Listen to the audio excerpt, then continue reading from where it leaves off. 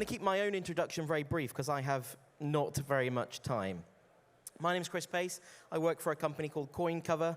We are a proactive crypto protection technology. I'm a bit of a fox in the hen house here because I have 15 years in cybersecurity and about a year in digital assets. So I'm going to talk about a combination of the two over the next 10 minutes or so. So we have 10 minutes to cover crypto's image problem. So I'm going to talk a fair amount about trust and confidence. We're going to talk a little bit about the threat landscape, so where we're seeing threats and risks coming from in the context of digital assets. And then we're going to get positive at the end and talk about how we can begin to build confidence in digital assets in the context of broader adoption. Actually, let's just focus on that point for a moment. The purpose of my presentation actually isn't to satisfy anyone in the room about whether they can not get hacked, not get phished, not lose their key.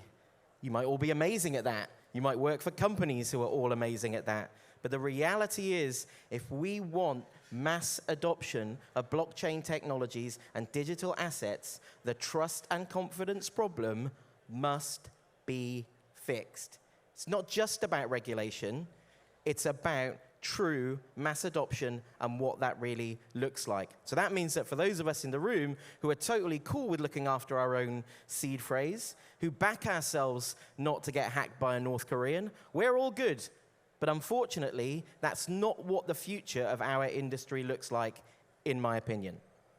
So what is contributing to this image problem? If you Google crypto and you let Google decide what the rest, of your query is going to be, a lot of the time the autofill you get is a scam, because numerous scams are out there. Hacking is only increasing.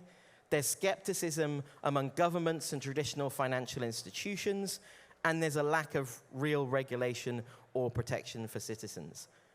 And so this goes back to my point of context at the beginning. This is not about how relaxed we are about working in a decentralized way or being our own bank. It's about thinking about how mass adoption helps make that better for everybody. So all these challenges are the challenges lining up, causing those barriers to mass adoption. So what does some of that look like? Well, we've seen about 185% rise in stolen digital assets during 2021. Hackers are stealing massive amounts of Bitcoin. Interesting point on where much of this hacking happens, and that is how particularly North Korean hackers target exchanges. Exchanges are seen as low-hanging fruit for these bad actors. And let's just explore a little bit about why that is.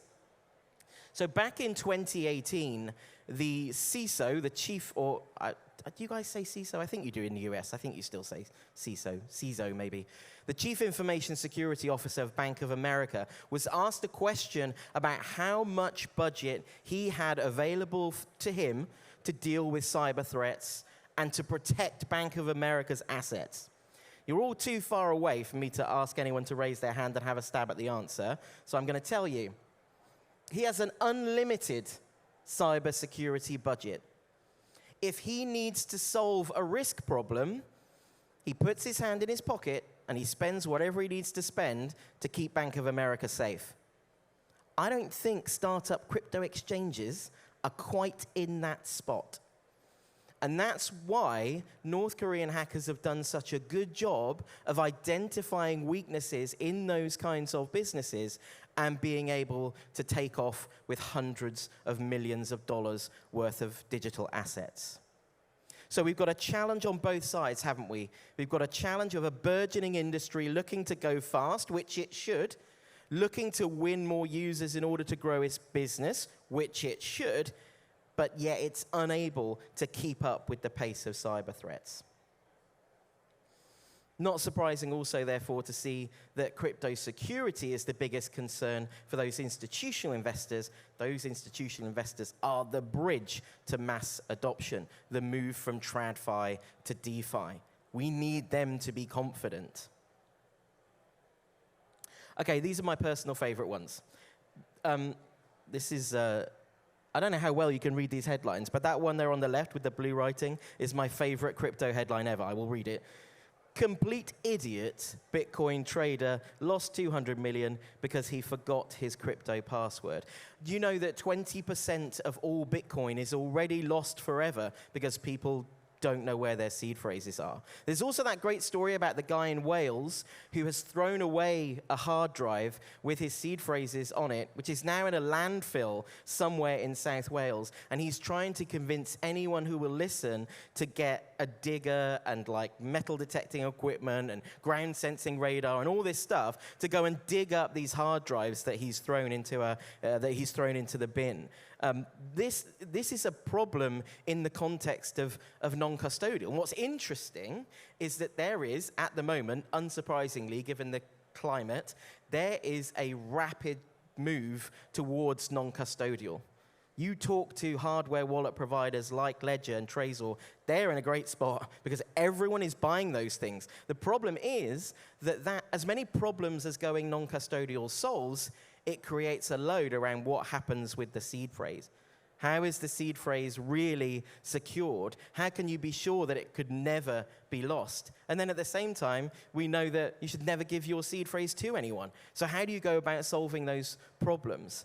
So the non-custodial thing, yes, makes you feel safer, but has its own challenges associated with it. This is a quote from the guy who lost that idiot. They called him an idiot, but that guy. I think this is a fantastic quote. And I think actually this goes directly to the challenges around mass adoption. The reality is that when mass adoption comes, I don't think it will be because people want to be their own bank. Coinbase, which is probably the greatest example of mass adoption, people like it because it's like a bank. And now they don't like it because it's like a bank. These are challenges that we have to address in order to build this trust and confidence in our industry.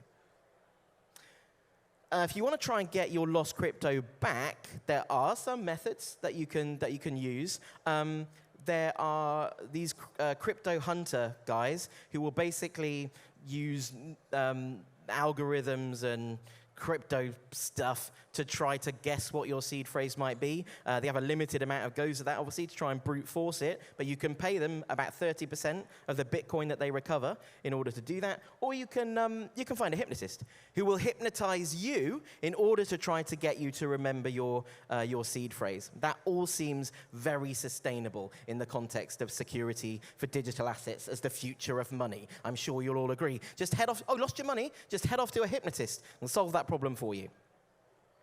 This is the other solution to the problem, these metal things that really hurt your fingers. They're another way that you can look to protect your seed phrase. I'm not entirely sure how different that is, to be honest, to putting it in an envelope and putting it in a drawer, but these things exist, but they exist to look to try and solve a problem, again, that still isn't really being solved.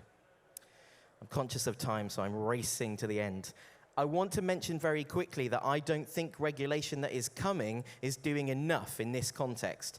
An example would be the European proposed regulatory framework for digital assets, which is very focused on anti-money laundering. It's very focused on what kind of an asset is a digital asset. It mentions money laundering about 25 times. It mentions protection of consumers' crypto twice. Something is broken in how we're looking to build this regulation, because it's not looking to protect consumers. Oddly enough, it's looking to protect big business and governments. Our whole mission as a company is to look to remove these barriers to get to mass adoption by making crypto safe for everyone to hold and use. That's our ultimate focus. We go about solving that problem in a couple of ways that are to do with how we manage and recover seed phrases, but also how we monitor transactions happening to ensure people aren't being scammed and phished.